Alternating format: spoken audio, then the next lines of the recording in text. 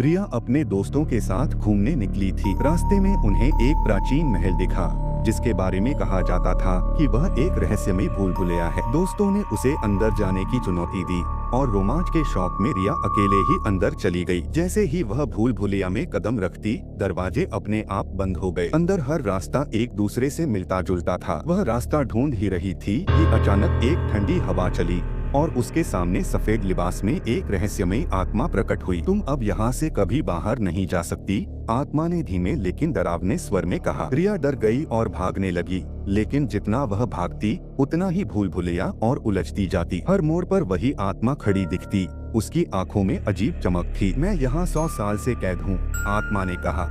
अब तुम मेरी जगह लोगी और मैं आजाद हो जाऊंगी। रिया ने रोते हुए दरवाजा खोलने की कोशिश की, लेकिन कुछ भी काम नहीं आया। तभी उसने देखा कि दीवार पर एक मंत्र लिखा था। जैसे ही उसने उसे पढ़ा, भूल भुलैया कांपने लगी, आत्मा चीख उठी और धुएं में बदलकर गायब हो गई। अचानक दरवाजे खुल गए और रिया बेहोश होकर बाहर गिर गई। जब उसकी आंखें खुली तो वह अपने दोस्तों के बीच थी, लेकिन उसके हाथ में एक पुरानी जंजीर थी। क्या आत्मा सच में चली गई थी या अब रिया उस भूल भुलैया की नई रक्षक बन गई थी?